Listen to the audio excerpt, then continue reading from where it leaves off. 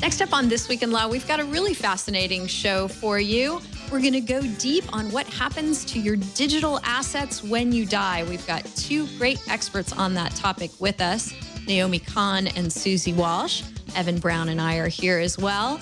We'll look at your digital estate and how to manage it.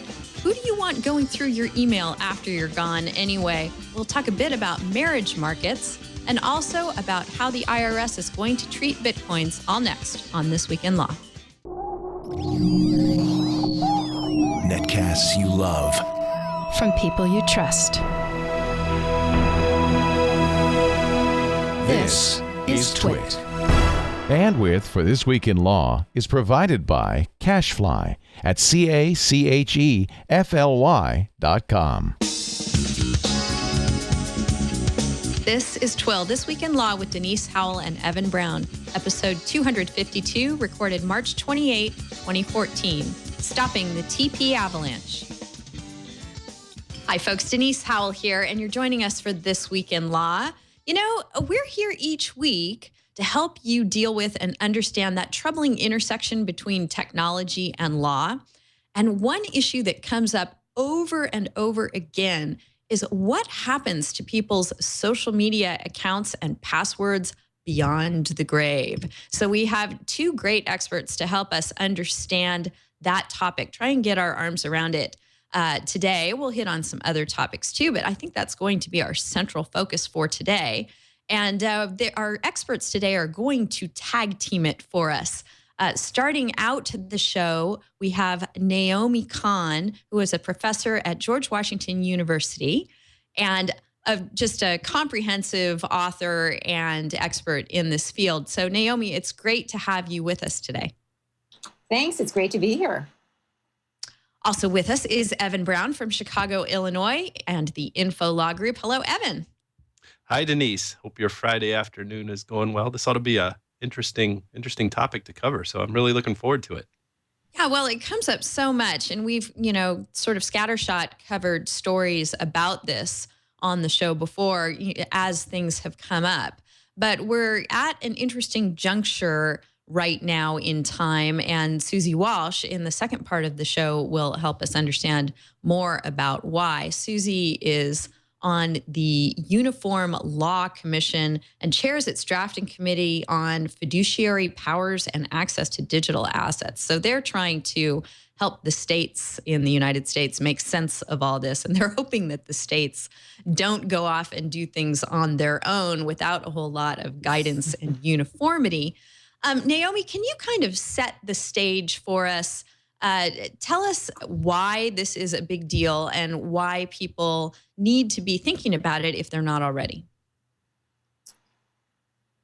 Most people actually, although 90% of Americans are online in some way or another during our lifetimes, most of us don't think about what will happen. Oh, gee, what happens if I'm suddenly hospitalized and unable to pay all of my bills online? Or what happens when I die? What happens to my Facebook account? And so it's a huge looming problem, but most of us don't like thinking about what will happen if we're no longer able to take care of all of our digital property ourselves. It's just, think of how few people have wills.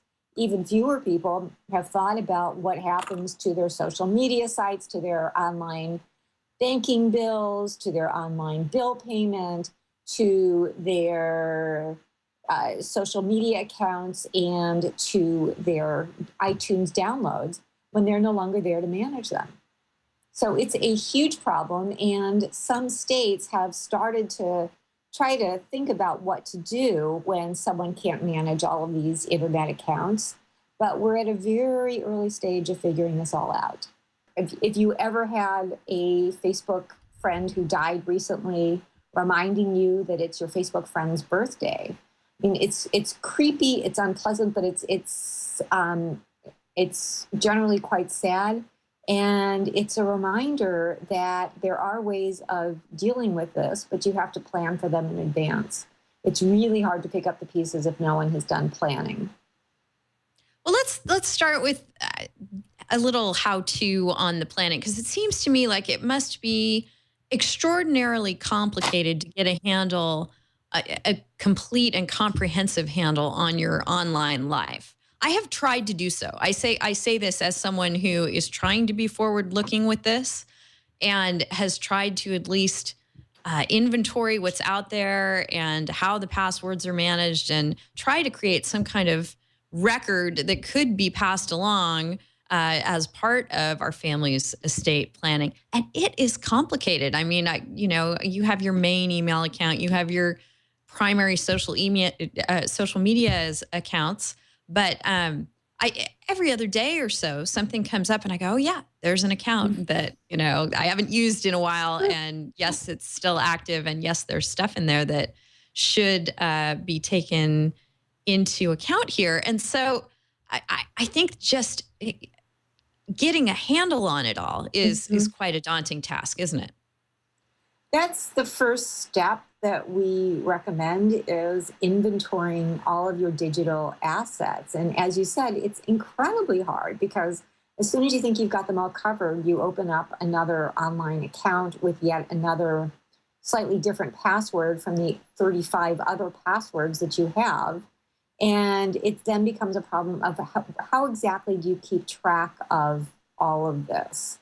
And then how do you integrate it with whatever else you're planning to do with your assets in case something happens to you? So you've taken the first step, which is to inventory your entire digital footprint. What else have you done? I mean, how have you done it? Do you subscribe to an online service? Have you, without revealing secrets, have you written down a list somewhere? Yeah, I have. I've written down a list. It's both cryptic in its text and password protected. So what is going to be, because I kind of think of this list as still a work in progress that's not done.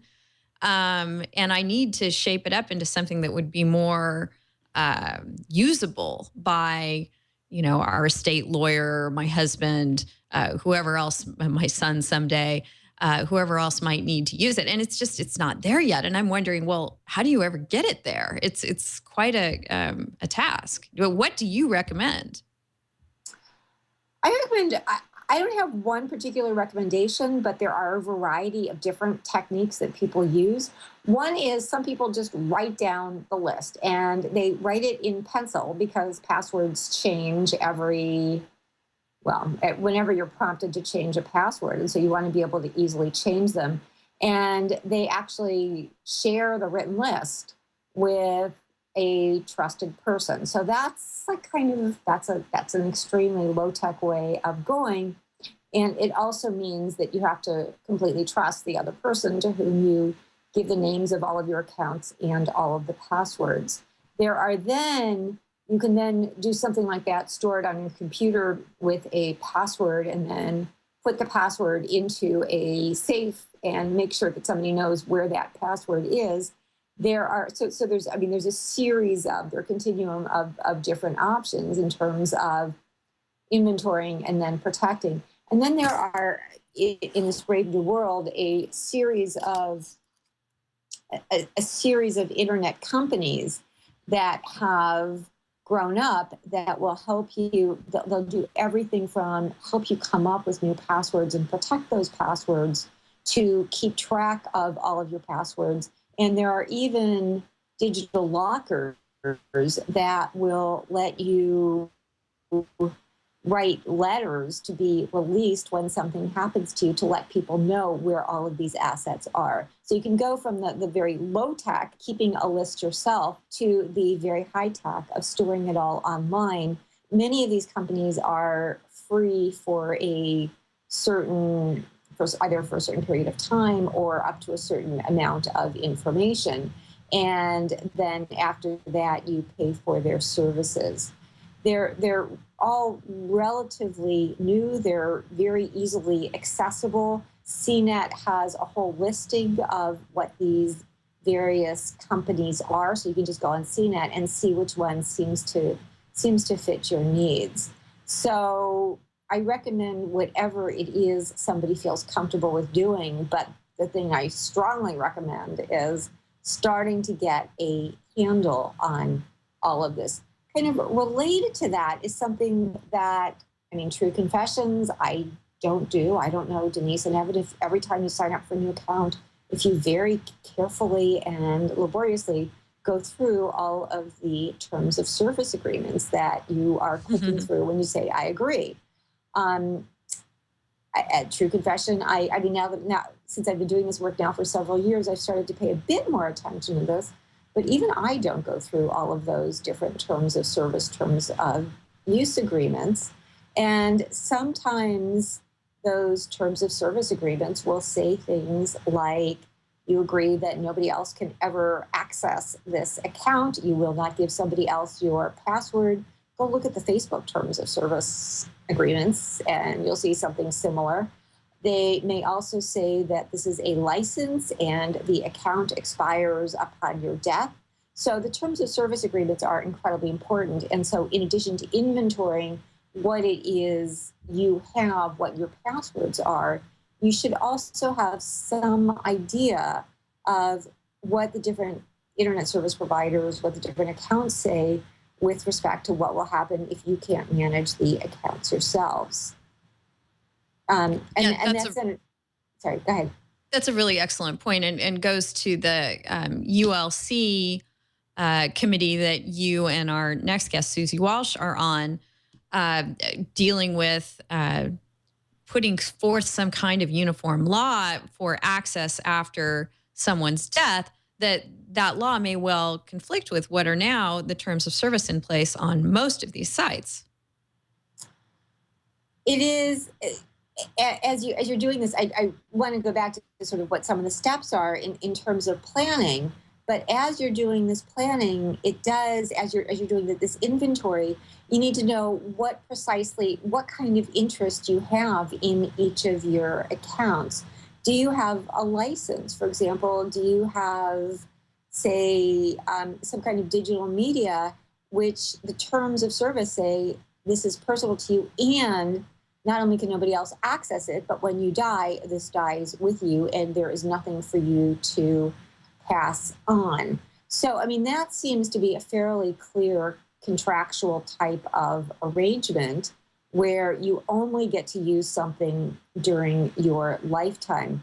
When we, in terms of the Uniform Law Commission's process, our concern is less with what precisely you own than with the need for your fiduciary, your personal representative, the person managing your estate, or if you're incapacitated, the person taking care of all of your business activities for you.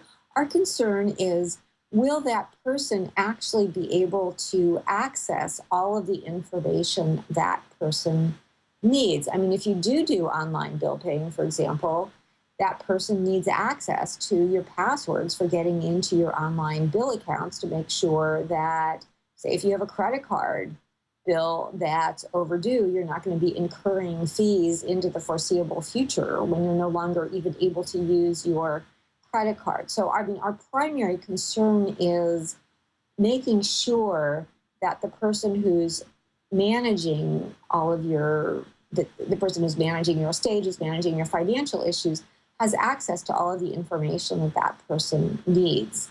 So making that person, in a day when everything was bricks and mortar, when everything was paper, it was a lot easier for that person to get access to all of this. The bills would arrive in the mail on whatever it was, a weekly, monthly basis. With everything, with many of us, I mean, 2/3 of people are doing banking and bill paying online. With that, it's much harder.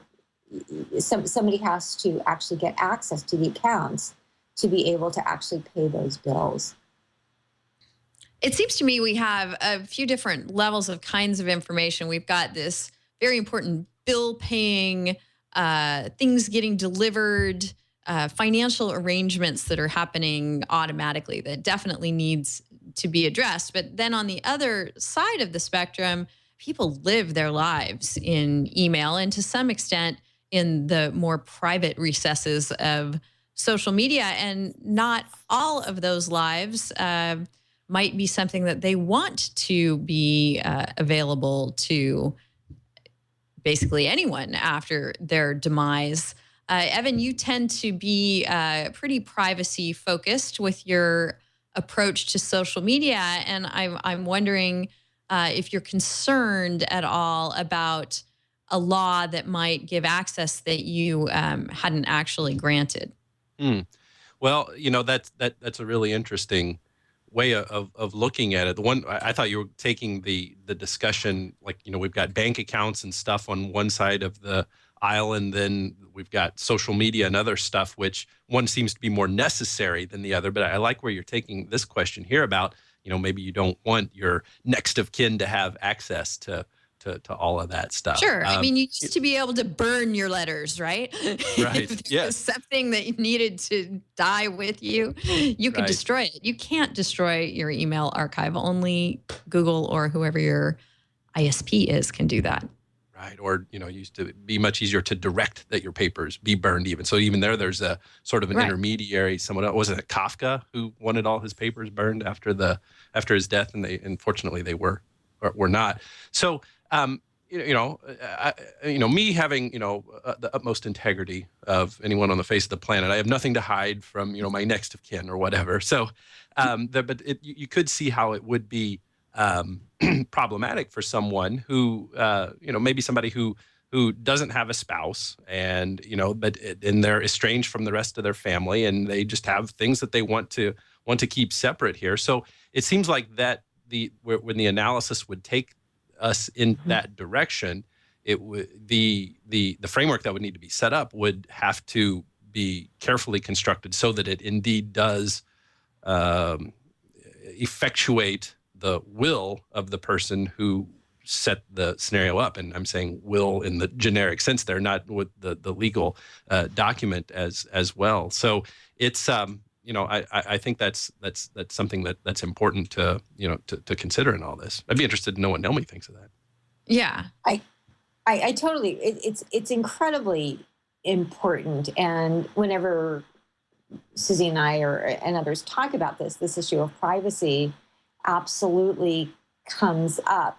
And it is, Evan, as you said, and Denise, you both said, you used to be able to burn all of your letters, but generally people didn't burn letters the day before they died because they didn't know that they were going to die. And if you just read the number of stories of people who have found old love letters or other items that their next of kin would not have wanted found, it's the same thing with the internet, only now the problem is, of course, I don't know, thousands of times bigger because we write so many more emails than letters. But it's the same privacy issue that we've been dealing with for centuries in the trusts and the states field. And even if, well, one of the things that the uniform law is, or that the model law will be providing for, is that if your will says my executor doesn't get access to my email, et cetera, well, then that's just as binding as any other provision in your will and is supposed to be respected. I know Susie will talk about this in the next hour, but another part of the model law says that if an internet service provider says that in that wonderful terms of service agreement, if there is a separate checkbox and you affirmatively state, I don't want anyone to get access to this when I'm gone, then that's also something that needs to be respected. So you don't even need a will for that. It's something that we're hoping will become part of the terms of service agreement. Sorry, Denise? Let's talk about those terms of service agreements, because one thing you mentioned a moment ago was this, how wise it is for people to go through the terms of service of the various services that they're using and figure out if they actually have the ability under those terms to have someone other than themselves access their account, or if they have the ability to pass along whatever digital asset might be in that account per the terms. I hope that the online service providers and the Uniform Law Commission Drafting Committee on this topic knows that no one is going to do that. No one's going to go. You're not alone. You're on the committee. You're not doing it, Naomi. Exactly. Yeah. So how do we deal with that issue? Well, one way is obviously an enormous amount of public education, so people know exactly what you and Evan were just talking about in terms of next of kin getting access to things that you might not want them to get access to. But another thing is some of the internet service providers are starting themselves to make this kind of notice more conspicuous. And yes, we understand and recognize that many of us don't read those terms of service agreements. But if you have to go through a separate pop-up box that says, this is what I want to have happen when I'm no longer around, then that might really help people become more aware of this.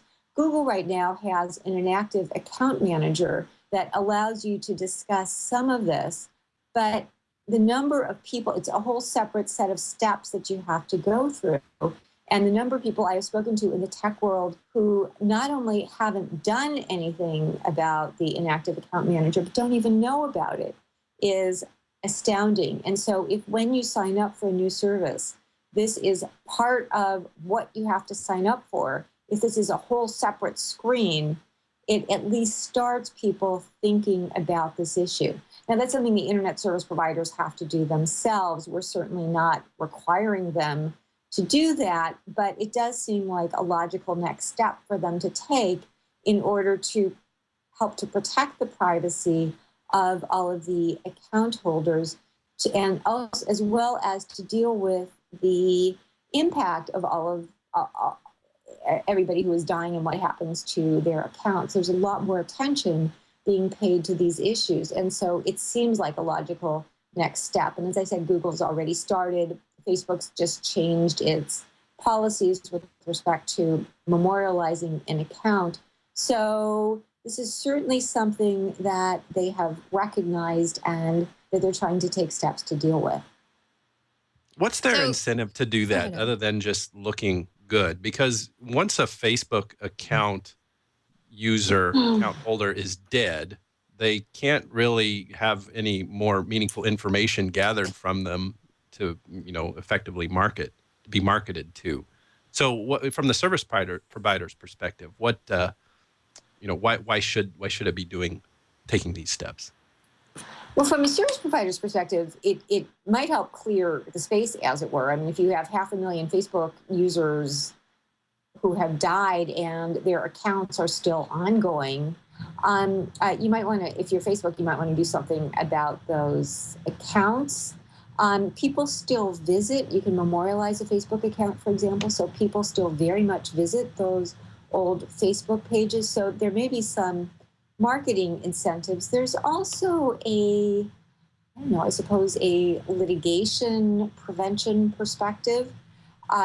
About 2 years ago, one of the few federal court cases to deal with this issue involved a lawsuit against Facebook in which the executor of a model, the face of Asia's estate, was suing Facebook in order to get access to her Facebook page and her account in order to determine whether she committed suicide or whether she was pushed to her death. And so Facebook has cut some kind of an incentive to avoid litigation. And then, there is the whole compassion part of this. You want to show your customers that you care about them, that you're helping think through these issues.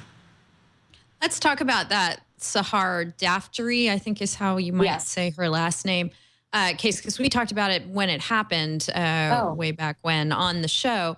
And the ultimate outcome here, what happened was this model was in England and fell to her death from a building. And her family suspected foul play. And there was some sort of coroner's investigation going on. And the executor of the estate really wanted to be able to give access to her Facebook account. They alleged it contained critical evidence showing her actual state of mind in the days leading up to her death. So whether she would have committed suicide or not, I assume. But Facebook had that blocked under the coverage I'm reading here is the Stored Communications Act was the means for blocking it.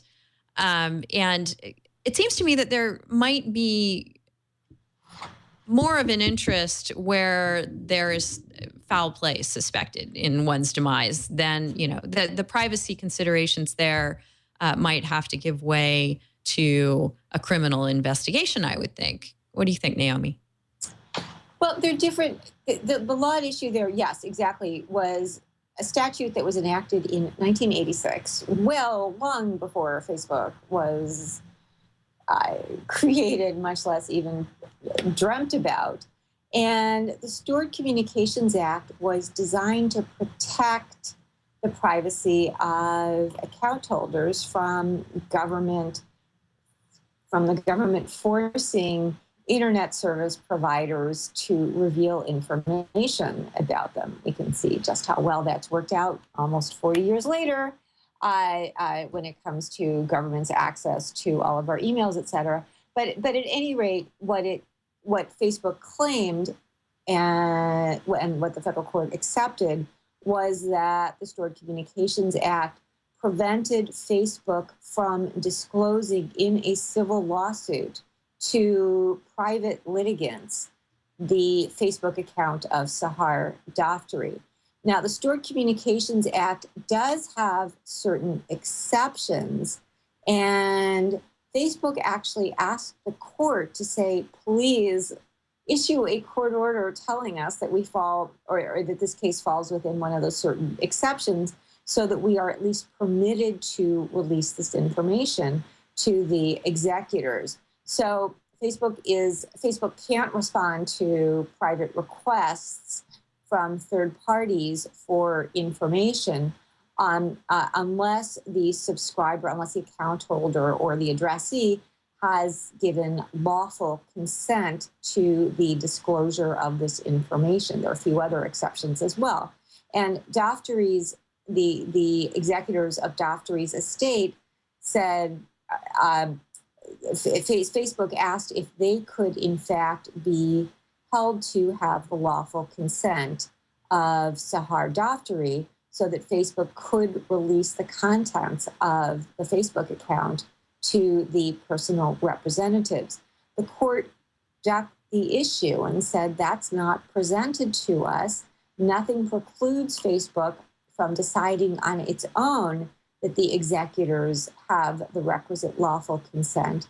But the court said, we're not going there. We as a court are not going to say as a matter of law that the executors have the lawful consent. And so Facebook was prevented from disclosing by the Stored Communications Act, and the court said, we're just not going to say whether or not you can disclose. You can decide on your own, but we as a court are not going to say that the executors have the lawful consent that would allow Facebook to release pursuant to the Stored Communications Act. All right. Well, as we've been mentioning, we're going to have another guest who's going to pick up the thread of your digital life after your demise. Before we let you go, Naomi, I thought it would be fun to get into some of the other research you've been doing and paying attention to intersects kind of nicely with a lot of the themes that come up on our show. Just last week, we were pointing people toward a list of terms from the future being unevenly distributed and part of it existing now. One of them being multiplex parenting, referring to a parentage that involves more than 3 or more genetic sources for the individual's identity. I know that you do a lot of stuff with reproductive technology. I wonder if you could just touch on what some of the interesting cutting edge issues you're seeing there are right now. Well, this actually is going to take us a little bit outside of technology, because if you have 3 genetic parents, then the question becomes, who precisely are the legal parents? And so this is an example of, yet again, technology outpacing where the law is. And so one of the interesting things is, can you have more than two parents? In California, actually, you can. In Louisiana, you can. And in a few other states, in DC, you can as well. But that's a really, really, hopefully fascinating legal issue of whether more than two people can be named to be parents. So that's definitely a legal issue presented by the technology.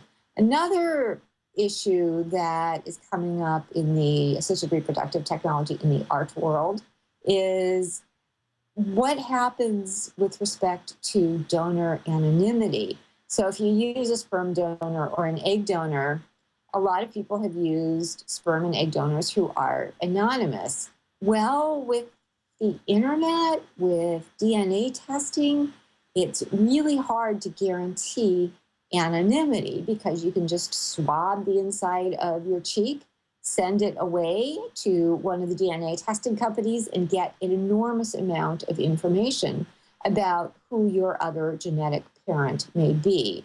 There are also mutual registries, such as the donor sibling registry, that allow people who are members of donor-conceived families and donors to register to try to find one another. So there's a question of whether there can ever be such a thing as anonymous sperm or egg donation in this new world. And then there are all kinds of other issues coming up in the context of egg freezing. Clinics are sometimes making arrangements saying, okay, you can go through an assisted reproductive technology cycle for free if you will donate any excess eggs to other people. Those eggs then get frozen. What happens to those eggs? Who has control over those? Does the woman who provided those eggs, is there any situation in which she can have any control over precisely what happens? And then there are questions as well with the law needing to catch up to make sure that it cuts off all of the different possible parenting rights that an egg or sperm donor might have in that situation. Yeah, my head is starting to spin as though it had itself been put in a centrifuge as you start to think about all those issues. Why don't you wrap up by telling us about the book that you have coming out soon and the research that is underlying it? Thanks very much. Well, co-author June Carbone on our first book was about 4 years ago. It was called Red Families versus Blue Families. And we're following that up with a book called Marriage Markets, How Inequality is Remaking the American Family. And that's going to be out in early May from Oxford University Press. And what we do is we look at how economic inequality is leading to incredible differences in how people match up today from how we matched up about 50 years ago, and how this is sort of mating, how this people marry people who are like themselves, how that is likely to contribute to economic inequality. We started off from the place that families are becoming a marker of class. If you want to look at who is most likely to be married, the only group of women that have seen their marriage rates increase over the past 40 years is women in the top 5% of income. So everybody else has seen marriage rates drop. They've seen marriage rates increase. Men at the top of the income scale have also seen marriage rates go down, but not as much as men at the bottom of the economic scale. And so our book looks at how economic inequality creates these different marriage markets in which like marry like, which means that if you're at the top of the income scale, you're more likely to marry somebody else who is at the top of the income scale. And also you're more likely to have a stable marriage. So in an era where 40% of children, more than 40% of children are born outside of marriage, marriage markets make a huge difference in the likelihood of marriage to these parents. So it seems like if that trend continues, we're looking at sort of a dystopic future. We're looking at, we really focus in the book on the dystopic future because of the increasing economic inequality in American society. Yeah, the good news is that mobility, intergenerational mobility, hasn't changed much over the past 50 years in American society. And the really bad news about that is that generational mobility in the United States is incredibly low compared to other countries, other peer countries. And so economic inequality has implications for the non-marital child rate. It also has implications for children and for how children are being raised and the different the possibilities that they'll attend college, that they'll complete college, and then their future work and life patterns. Naomi, this is fascinating, and I just have a couple of questions. Hopefully, you can answer quickly because Denise, I know we're trying to transition here. But Naomi, what do you mean by marriage rates? What's the definition of that? Is that just measuring people who are married for the first time, or could somebody have fall into the contributor of low marriage rates because they're divorced? What's that factor or that data point mean? It's likelihood of getting married, so likelihood of having at least one marriage. And we do also look at, what's really fascinating is the divorce rate in the upper third of Americans, in the upper third of earners of American society has fallen down to below where it was, or right about where it was when no-fault divorce first came in. And so there's also an incredible difference. It's not just in the number, it's not just in the rate at which people get married, depending on income and education. It's also the rate of divorce. So the divorce rate is much higher. There's a wonderful, back to technology, little internet tool where you can predict your likelihood of divorce. It's just a little tool you can find online. And it has questions like, how old were you when you got married? What was your educational level? And what's your income level? And sort of taking just 3 or 4 different factors, this tool can spit out pretty much what your chances are. Now, of course, it's a statistic, so it doesn't say what's going to happen to you personally. But statistically, there are various predictions based on the age at which you got married, your education level, as well as how long you've been married. That's great. And then just one follow-up question. Are we in a situation where we can't be really certain as to what's the cause and what's the effect, or could there be a mix of both? Because I'm wondering if, in your explanation of it, it sounds like as if we're explaining that the rate of success in marriage depends on economic status, but could it be the other way around, that there's a correlation between the lack of success in marriage and being in a low socioeconomic class? Oh, yes, thanks. If I said that we're talking about statistics, and one of the points we make in the book is that even if, as we move away from expectations that the woman is going to stay home inside the house and the man is going to be the breadwinner, we are moving towards expectations of more equal sharing in the household. And so that means both equal sharing of jobs and equal sharing of work within the home. And if you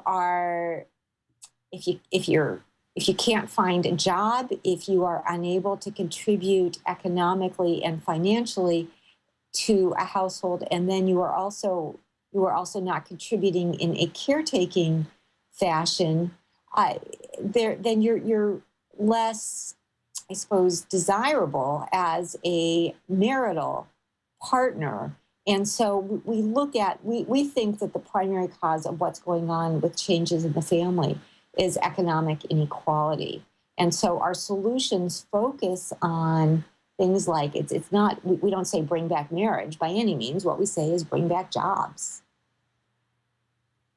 There we go. And Sue, the writer, although she's usually in IRC prompting me to put our MCLA passphrases in the show. She's not even in there this week, but she tweeted me not to forget to put one in. So thank you, Sue.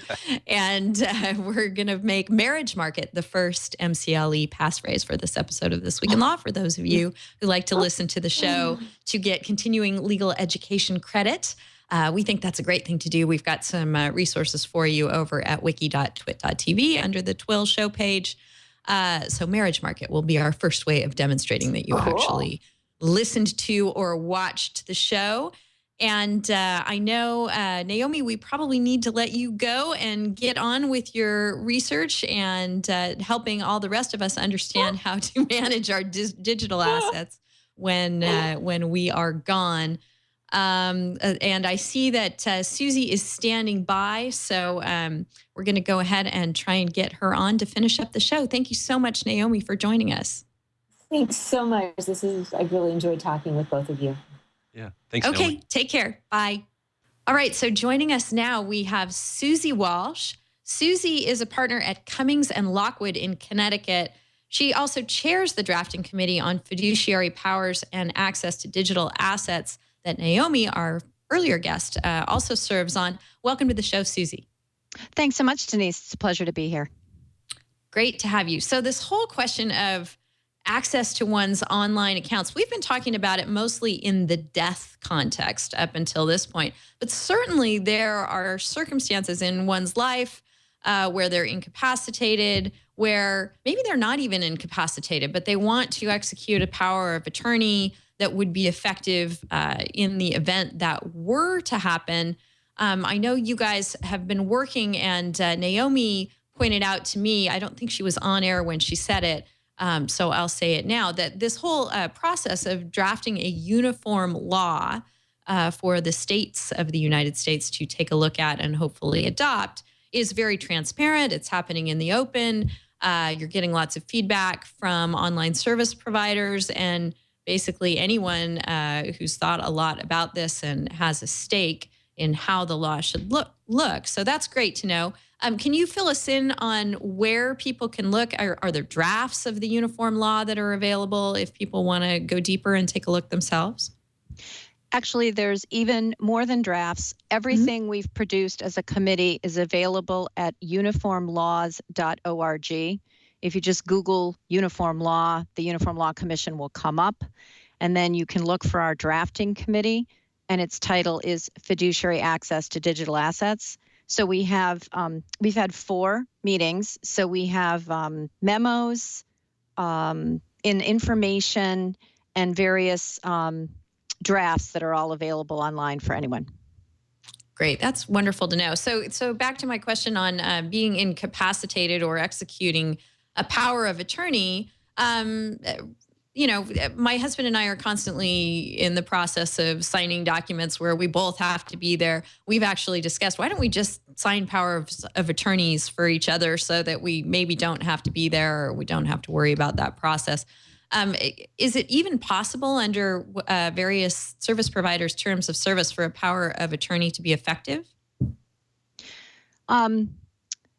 Well, that's a good question. Most of the terms of service agreements, or some of them at least, prohibit someone else accessing an account. And so our act will facilitate access by an agent under a power of attorney by permitting that expressly. Well, that's good. I think in California, we even have, Evan, I know you've written about this, and an anti-impersonation statute that has come into play because of problems where someone has gone into someone's social media account and pretended to be them. So you might even, at least in California, be running up against a criminal liability if you were not to have the benefit of the uniform law that you all are working on. Yeah, I'd never thought about that, but that is interesting. And it seems like, I haven't studied that statute or looked at it. I did write a blog post about some case, a few years ago, and you wonder when that would actually be triggered. It'd be something interesting to go look in that statute if it's something, just merely accessing that in order to perform the duties of the fiduciary, the executor of the estate or whatever. If that's going to trigger that, but I'm glad you brought that up, because I hadn't even thought of the potential criminal liability arising on something like that, like impersonation or identity theft or something like that. Right. It adds a whole other dimension to it. Be careful if you just decide to be someone's executor because you're not sure, not just the headache that it involves, but could involve some criminal liability if you're not careful in how you do it. You'd have to be careful if you were the executor. You just want to be thinking about what it is that you would want to be doing through social media anyway, on behalf of that, on behalf of what they call it, the decedent, right? I'm so rusty on my trusts and estates terminology, so, but you'd want to, certainly a good executor is going to have some tact in the first place, and want to be careful about any kind of public facing communications or what have you, when it comes to that. It'd be weird to kind of perpetuate the decedent's identity in some way, don't you think?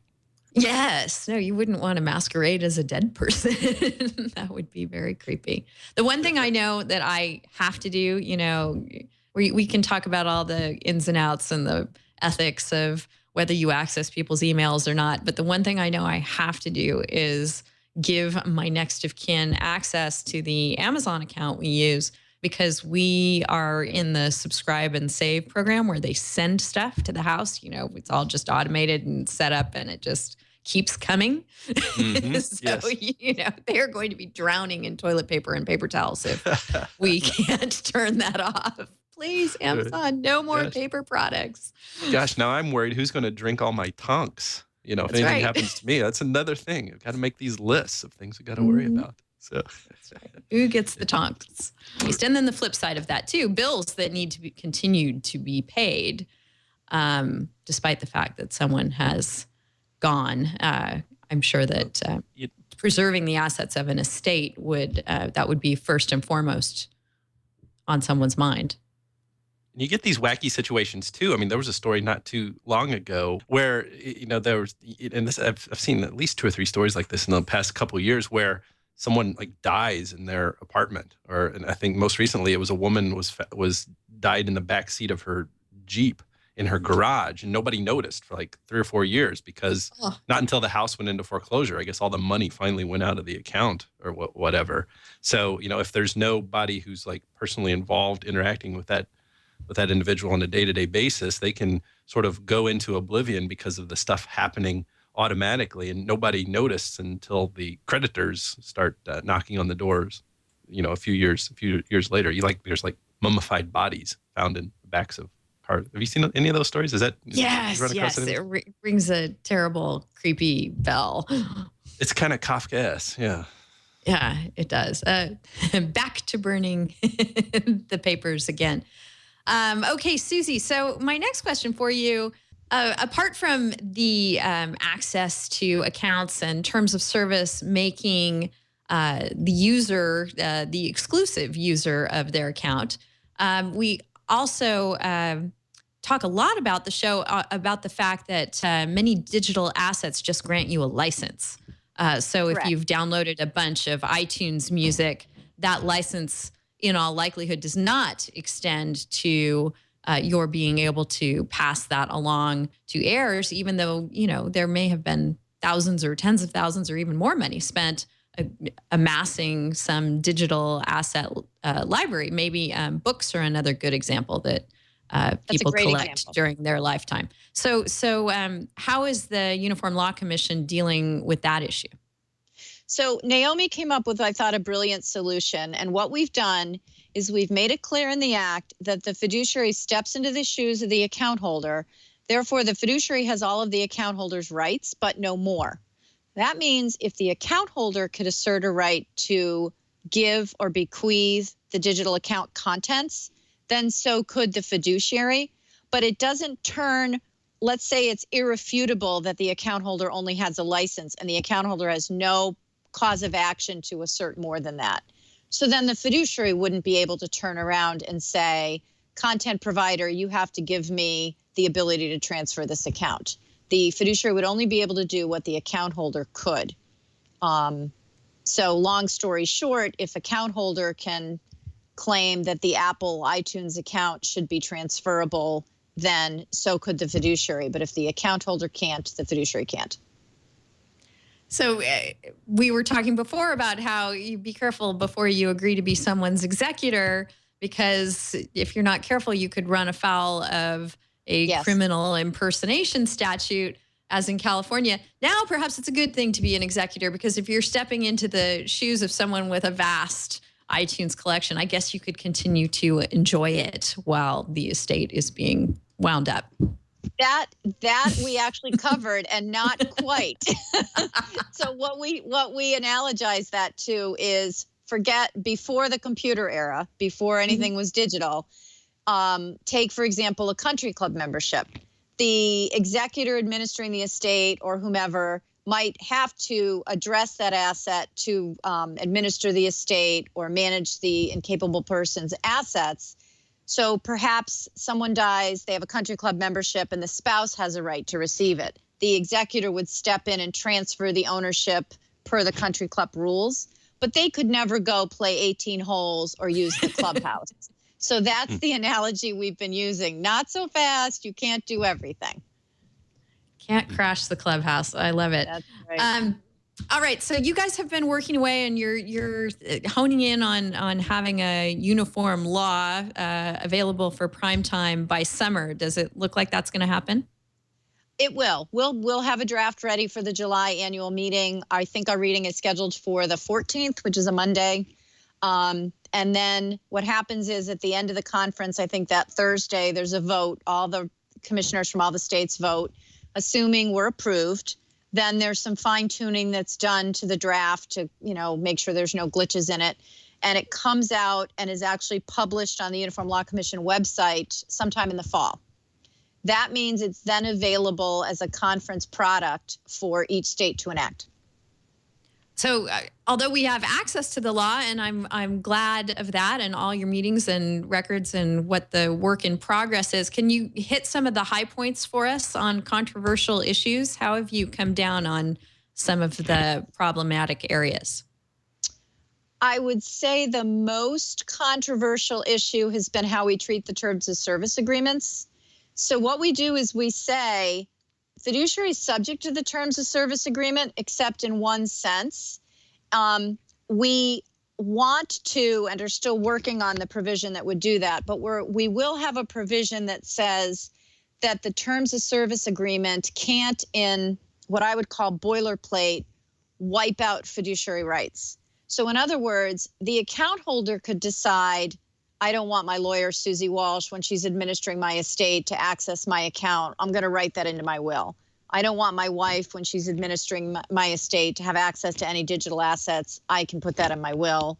I could even check a box if the option is offered when I establish the account. But if it's buried in some language in a terms of service agreement that flashes quickly on a screen, and that buried language says no fiduciary access, we're going to say that that's not enforceable. The service providers, needless to say, don't like that idea. They would like to be able to just incorporate that option into the terms of service. So they'd like to sell a product. They'd like to be able to say, some of them, if you open up blah, blah, blah account, then there is no fiduciary access. You just wouldn't have it ever. And we would prefer that the default be all accounts have fiduciary access. In other words, there's no prohibition. If they want to add the prohibition, it would have to be like a checkbox. So we've been back and forth on that, and that's been difficult. How did the online service providers say that they have an infrastructure in place, or are they complaining about the burdens that are involved when everybody's lost uncle is their next of kin and wants to have access to their account? You mean just generally giving fiduciary access at all? I think initially they expressed a concern of account identification because, as we know, anybody can open up a free email account. You don't use your real name, you use whatever. I could use Fred the dog, and that could be my email address. So they had some questions about, well, how if you tell us John Smith died, we may not have anything that says John Smith has that account because you don't put in a social security number or anything like that. So there were concerns about authentication. They don't want our act to apply retroactively, let's say, to existing accounts. So if we're going to establish these rules about what the terms of service agreement can say, they're going to apply to new accounts. Wow, that's huge. Well, think about it, though. We can't very well establish a rule that says they have to put certain options in a terms of service agreement to existing accounts. It's going to have to be prospectively in certain regards. That would probably be unconstitutional if you tried to do it otherwise, right? I think it's impossible. It's unfair. They have very good arguments to make about freedom of contract and customer expectations. Mm-hmm. So there's practicalities that exist that we can't change. Let me think about other controversial provisions. The other conceptual difference we've had, maybe I'm overstating when I say the word differences, any fiduciary steps into the shoes of the person they're representing.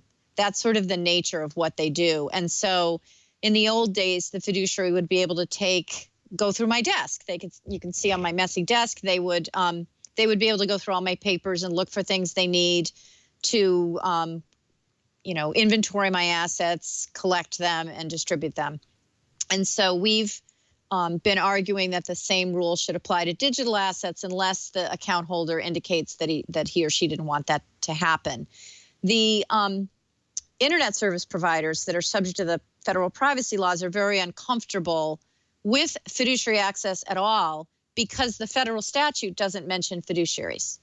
So you'll see if you were to review all the drafts, they all mention in connection with access to electronic communications content, they all mention subject, as permitted by federal law, because the internet service providers that provide the public service and are subject to the privacy law want to make sure if a court held that they could not release the content. In other words, if a judge were to disagree with what we've done in the act, they want to be able to not make the disclosure. They don't want our act to mandate something that isn't permitted under the federal statute.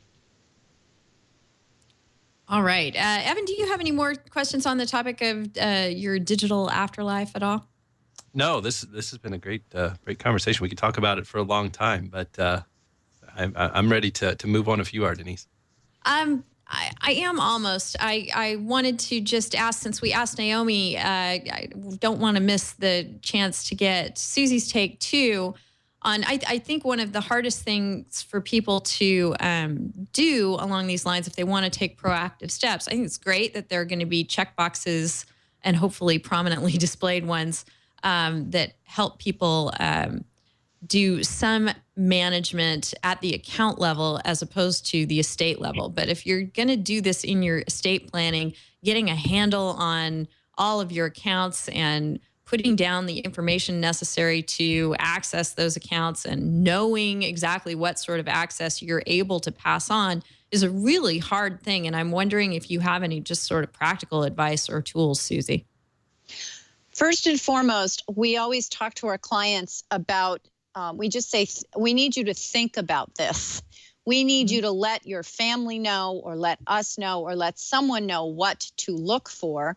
I encourage couples to share information, or at least generally in a family or a marriage, there's one person who handles the bulk of the financial affairs, and that's the person who's got all the online access typically. And so I'm just encouraging my clients to think about that and think about leaving passwords accessible, using a service, doing something to anticipate that someday they may forget the passwords, lose the passwords, be incapable of accessing the account, and so forth. And also, when we're working with clients and they're thinking about, I'm going to do this for my kids and this person's going to be in charge and I might have a trust and I might have two trustees, we want them to think about who should have that access. if you're just saying, you don't want to just say all my fiduciaries should have access to everything. You want to think about who's going to be in those roles. So if you're naming your children to be co-trustees, maybe you want your best friend who's the co-trustee to be the one to access and look through the digital files. Maybe you don't want to give your children that access.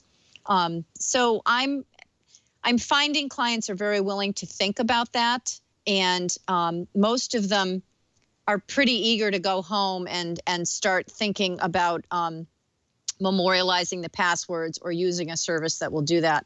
Because when you actually think about how much would be lost if no one had that information, it's quite incredible.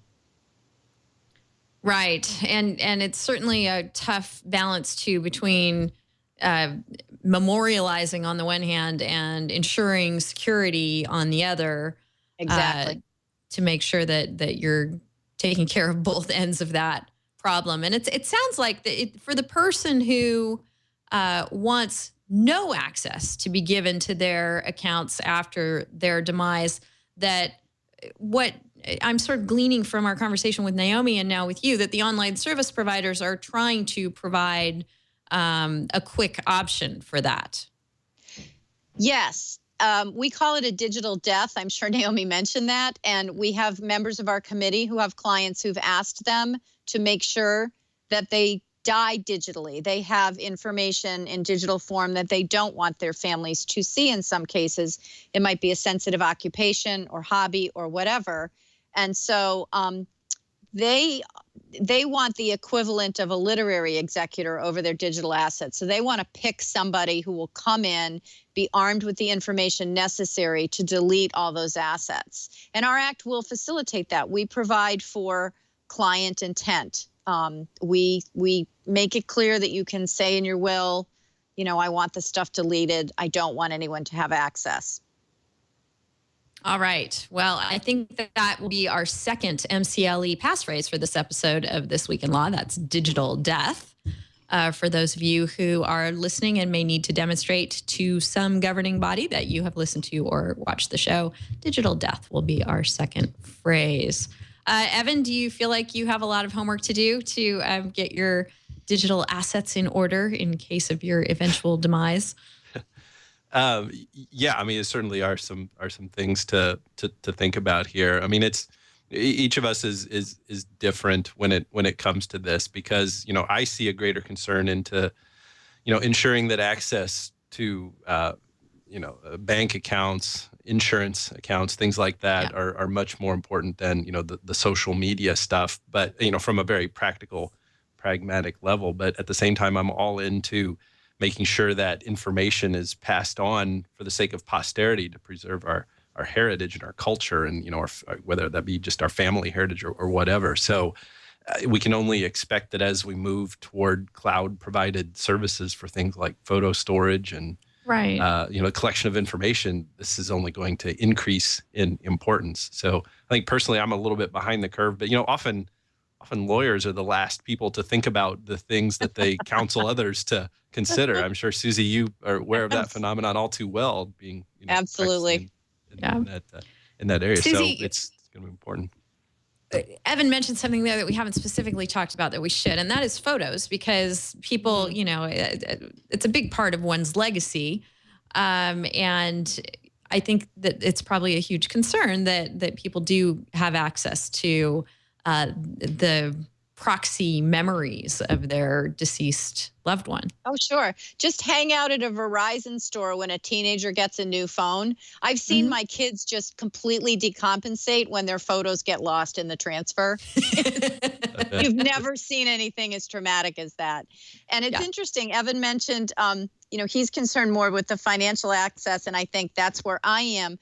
I have had clients who are much more concerned with ongoing access to the social media accounts and the photos. And there was even an interesting Boston Globe piece a while back about preserving voicemails.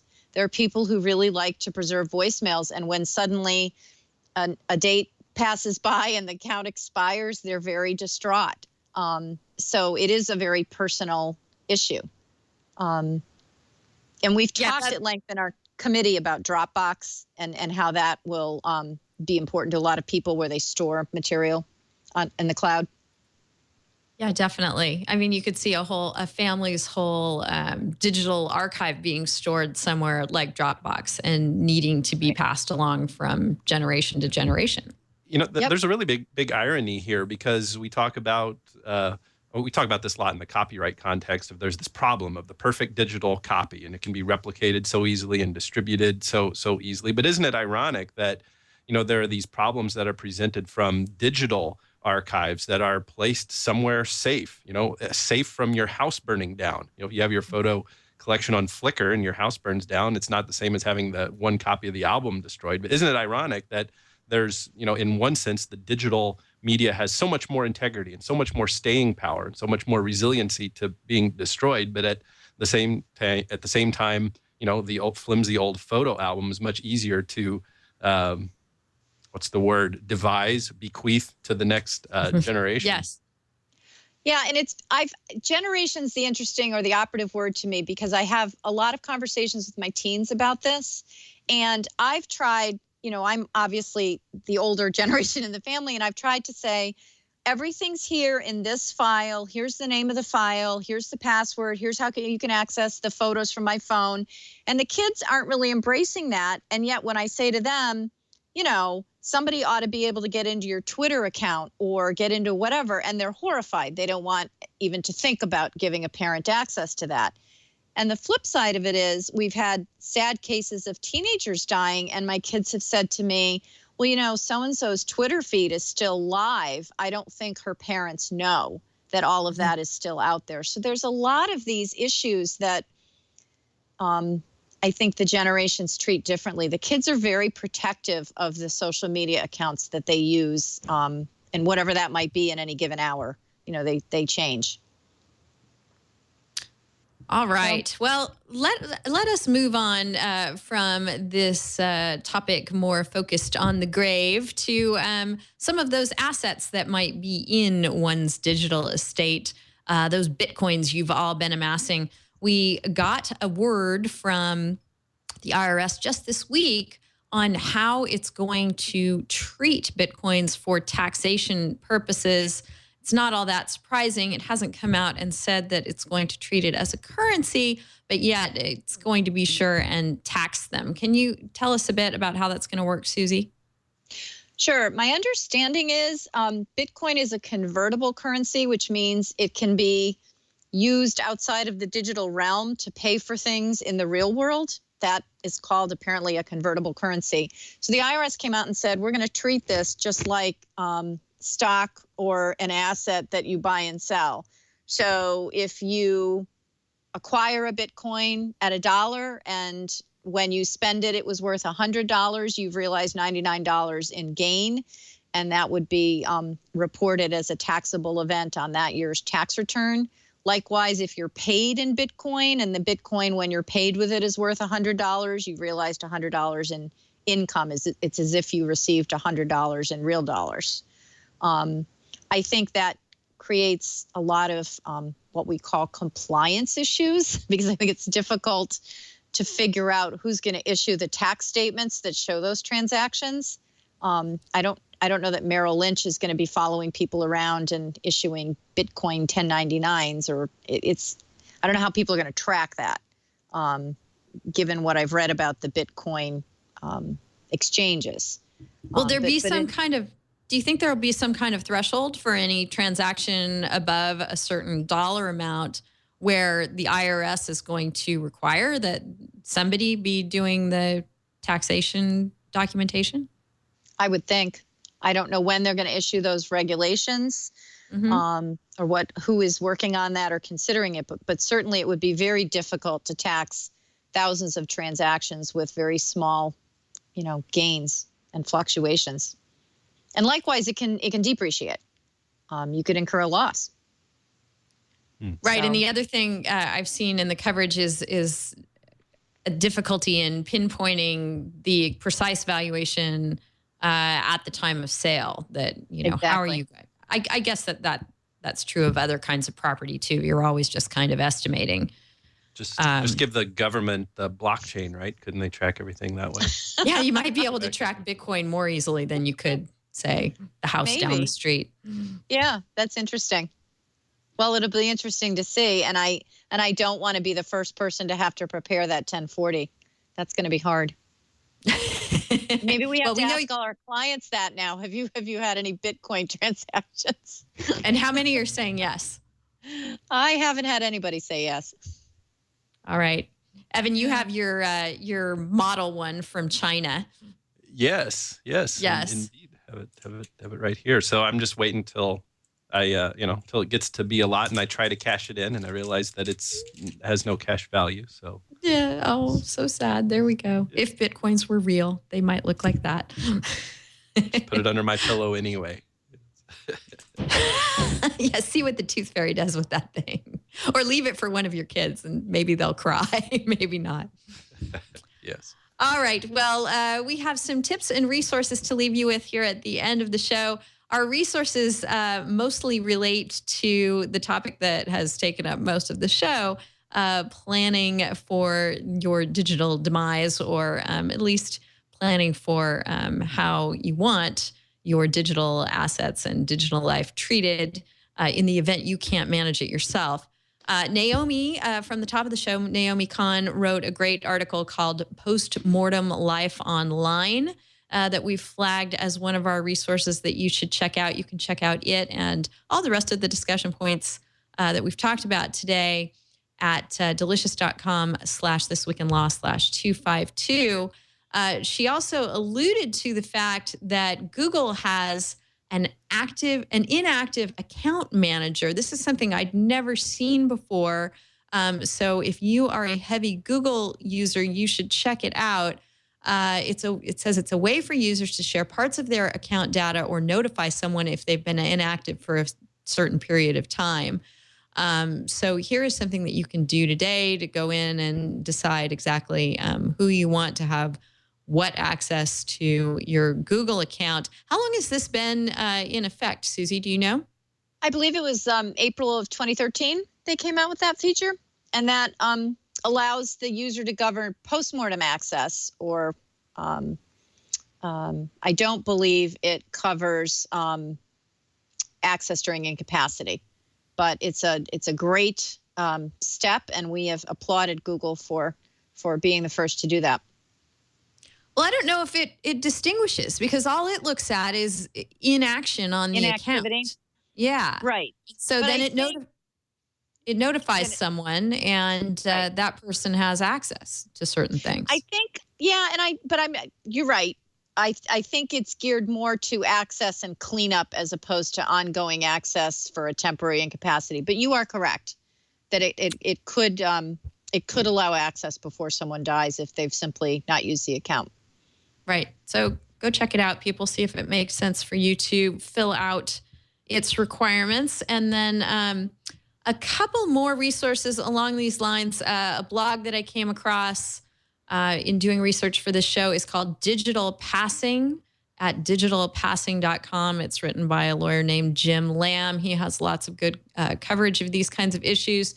And also a site that Naomi referenced in one of her articles. It's called The Digital Beyond. TheDigitalBeyond.com, much like the Digital Passing blog, covers these issues in detail, has various resources and discussions that you should look at if you are looking at these kinds of concerns. And then, Evan, you put in our tip for this week. You want to take that one? Yes, it's an interesting article from the ABA Journal, the American Bar Association.